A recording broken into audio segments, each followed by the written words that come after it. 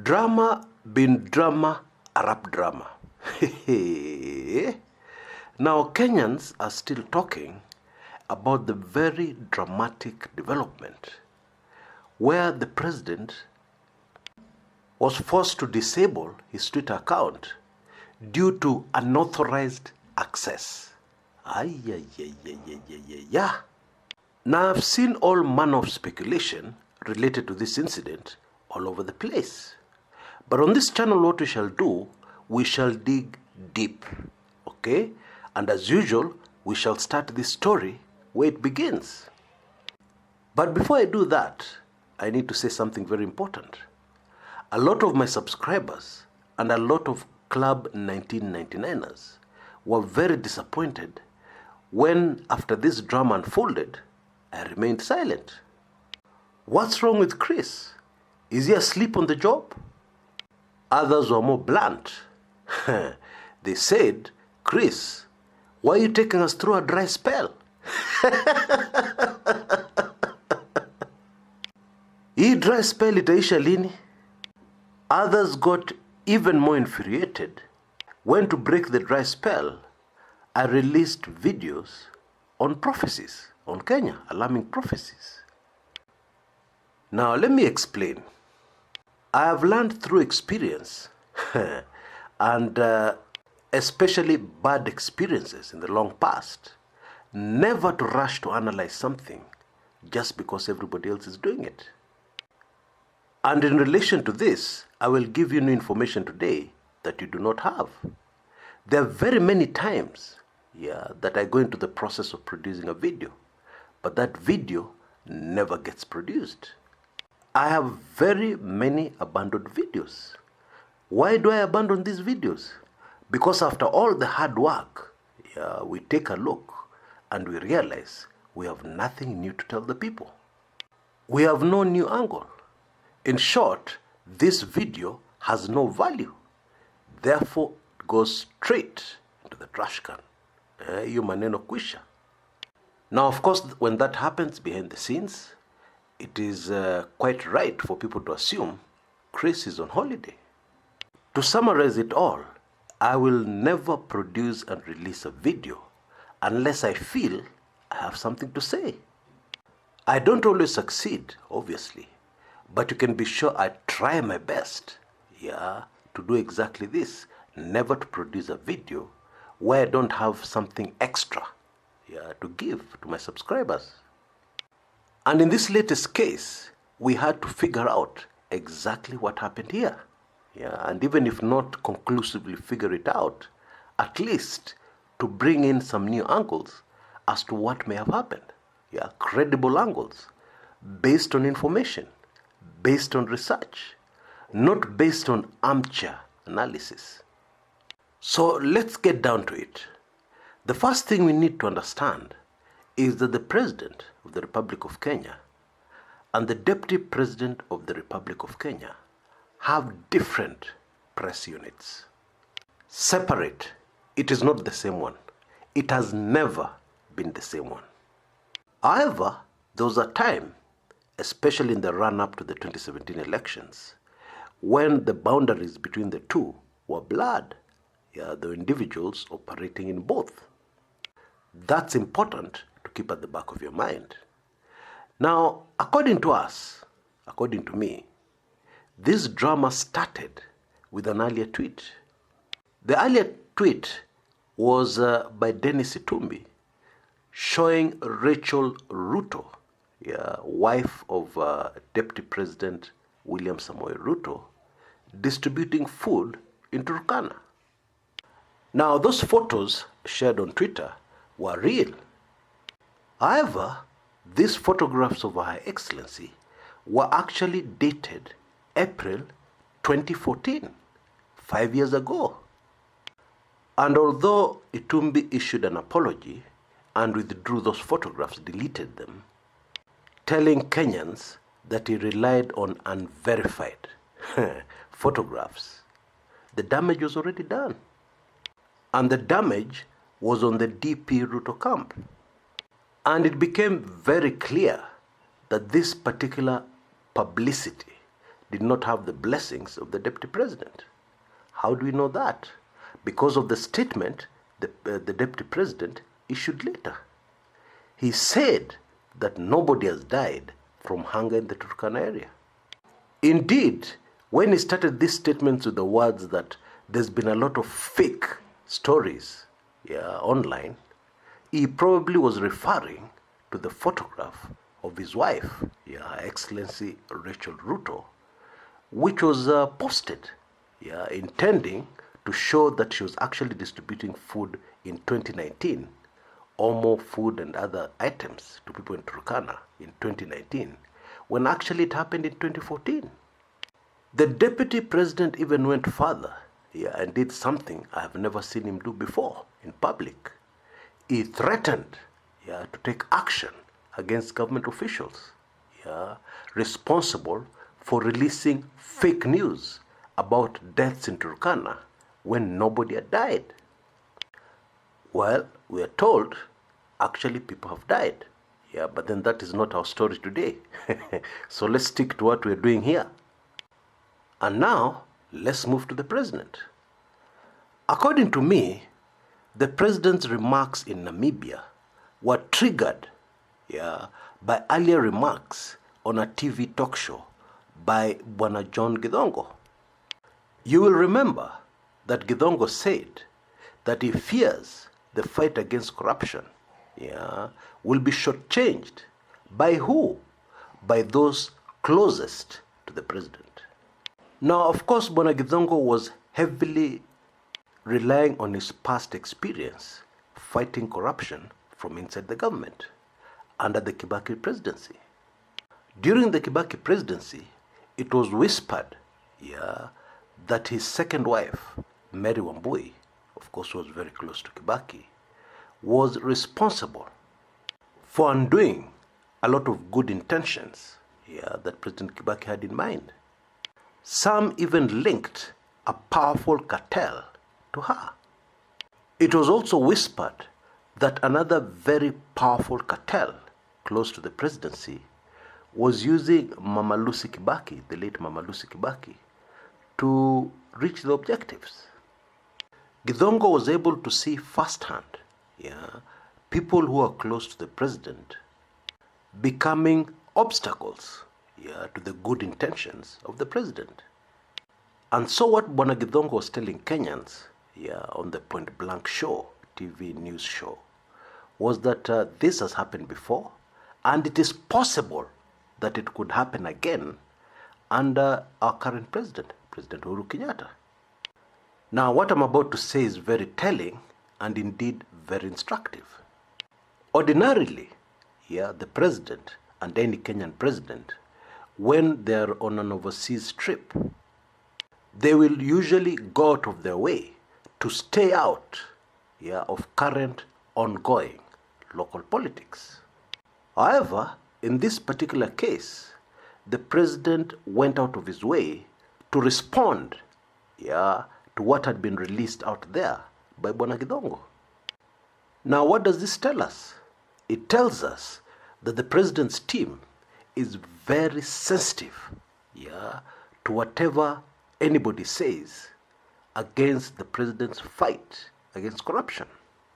It is very important to the president's team that the president retains the moral high ground in the fight against corruption. And politically, this makes quite a lot of sense, because the president's popularity ratings across the country have skyrocketed.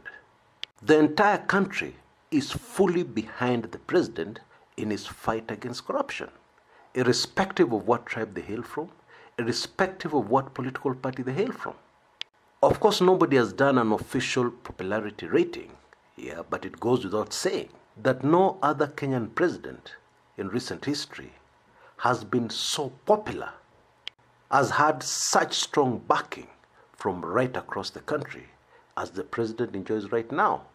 And therefore it makes perfect political sense to make sure that this is retained, to make sure that Kenyans cling on to hope that the fight against corruption will be successful, and that the president will not abandon ship somewhere in the middle.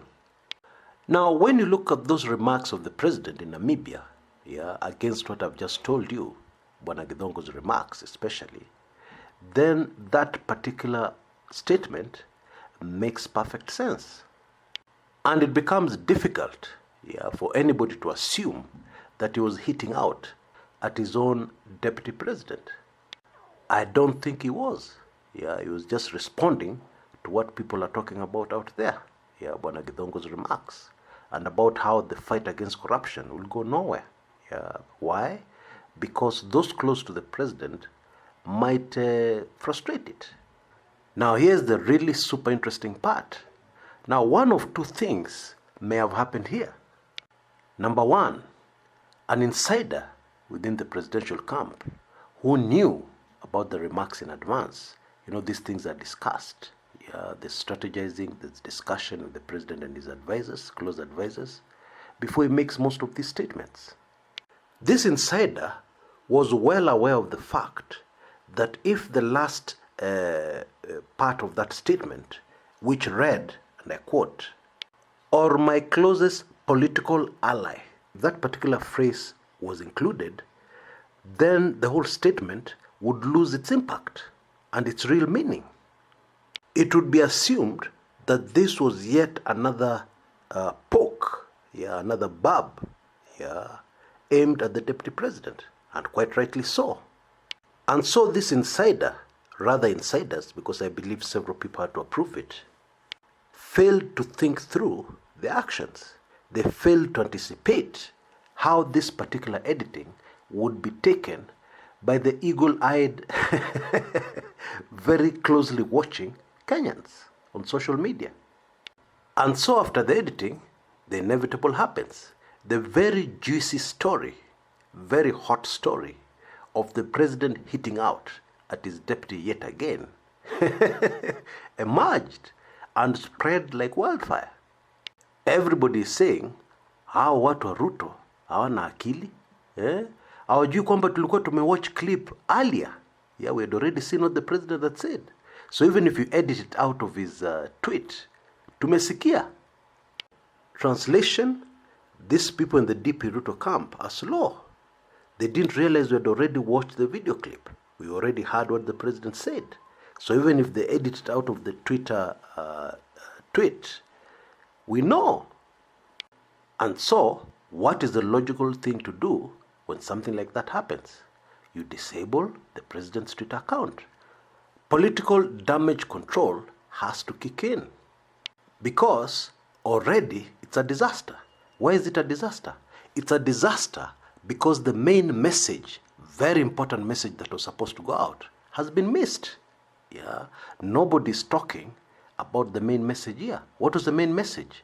The main message was that the president was not going to spare, or rather is not going to spare, his sister, his brother, even those closest to him.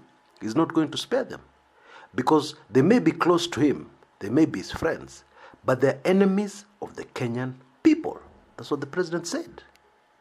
It means that this message has to be repeated again in future. But meanwhile, State House has to act, and release a statement that includes phrases like unauthorized access, which in my view is also another very clever way of turning a disaster to your advantage. How so? The whole idea here is to paint the deputy president's camp as being an obstacle in the fight against corruption. Most Kenyans believe that this is a fact, but of course it will do no harm to the president's camp to highlight it, by saying somebody accessed the president's Twitter account and that person had no authority. The implication is that that person was sympathetic towards the deputy president and his camp. The second possibility, of course, is what most Kenyans believe, that somebody sympathetic to DP Ruto accessed the president's Twitter account and edited the president's tweet. Now, that is extremely juicy. Hiyo ni mshene kali. And therefore, quite rightly so, most Kenyans will not be interested in being convinced otherwise. Yeah, that there's another explanation. This second possibility is, of course, much more entertaining. Yeah, but in my view, political analysis is not for entertaining. This is very serious business. Bottom line, in my view, I highly doubt if the second possibility is true. And of course, those who are pushing this theory are referring to the earlier disaster, yeah, where the second lady, yeah, Rachel Ruto, was had photographs online, yeah, showing her distributing food to Turkana, and therefore this second move would look like a revenge, a revenge tweet in response to the earlier embarrassment, yeah, against the DP Ruto camp. Now, maybe to convince you further, the president's accounts, yeah, and the whole process of tweets at State House is very secure, yeah. And if I can just quickly remind you, in July last year, July 2018, State House reorganized, yeah, the official tweets from State House, yeah. The president's chief of staff, Bwana Nzioka Waita, announced that the official Twitter channels from State House are only as follows: at State House Kenya, at Uhuru Kenyatta, at First Lady Kenya, and at Kanze Dena. Period. No other accounts should be construed as official word from State House. Yeah, and of course those accounts must have been made very secure at that time. Yeah, with very clear guidelines as to who will access what. Yeah, and who will approve what to go where, making the chances of interference, yeah, from an outside party, not even the deputy president camp, highly unlikely. Now, there's something else the president said in Namibia that everybody missed, and in my view, it was very important. And we shall deal with that in part 2 of this video, which will come to you immediately after the brief upcoming commercial break. Don't go away. If you seek a position of authority, it must be on the basis of what you are going to be able to do to serve your fellow man, not to serve yourself. And that is why, wapende wasipende, rafiki ama adui, ndugu ama dada,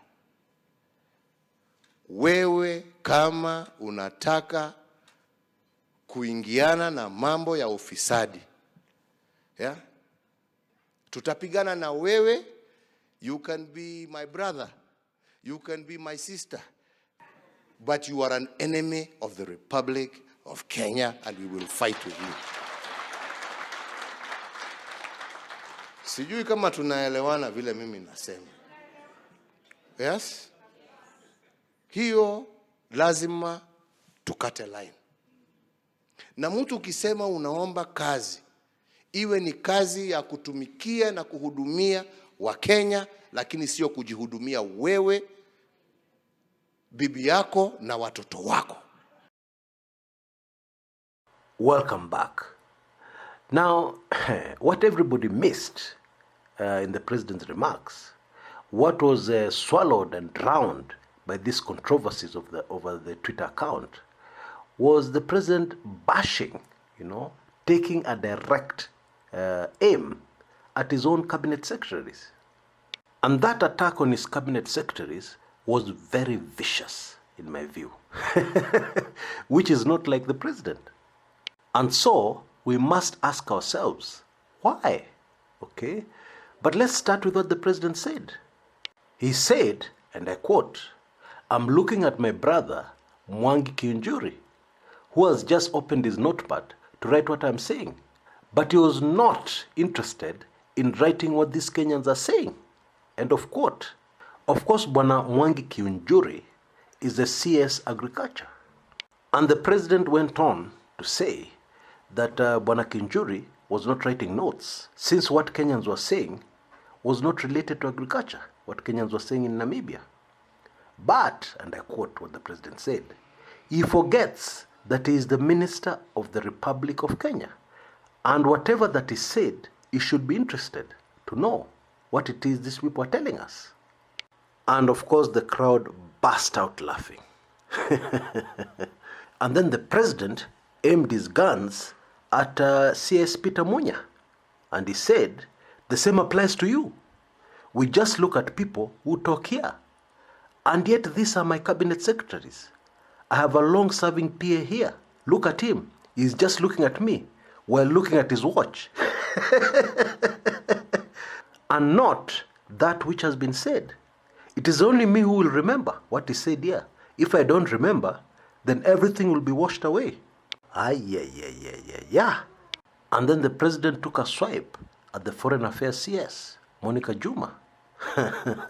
And he said, Monica, I won't say this again. We have agreed and must agree on a system that will help with the issuance of passports of Kenyans here. Yeah. Now for starters, this is not President Uhuru Kenyatta's style. Yeah, he never attacks his people, in this way, in such a vicious manner in public. Yes, before he has criticized his CSS, he has said that some of them are lazy, some of them will go, yeah, but he has never been specific. Here, his attack has mentioned people directly. Now, politically, if everything had gone well, this would have been the perfect way of fully convincing Kenyans that we now have a president who doesn't care about who is close to him and who is not close to him. That what he wants is to fight corruption and deliver services to Kenyans. That would have come out very clearly. But unfortunately, that phrase, and my closest political allies, which was not meant to be there, spoiled everything. Now, of course, the president's handlers are very much on top of the situation, especially concerning this passport issue. In the recent Ethiopian Airlines crash, at least one person on that plane was coming back to Kenya to renew their passport. Kenyans in the diaspora have been having a major problem when it comes to renewing their passports. It involves heavy expense, huge expenses of traveling all the way back to Kenya. And sometimes somebody doesn't even have the resources to get back to Kenya. And of course, there are Kenyan embassies abroad, which are just a nightmare. Clearly, the staff there have gone abroad on holiday. And when you go there with your problems, you're just interrupting the holidays. That's really what it is. Kwanzaa, the Berlin embassy is a horror story. They don't even answer calls from Kenyans.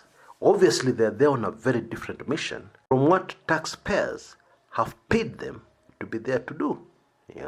And of course, this whole issue is going to go overboard, especially with the Ethiopian Airlines crash incident.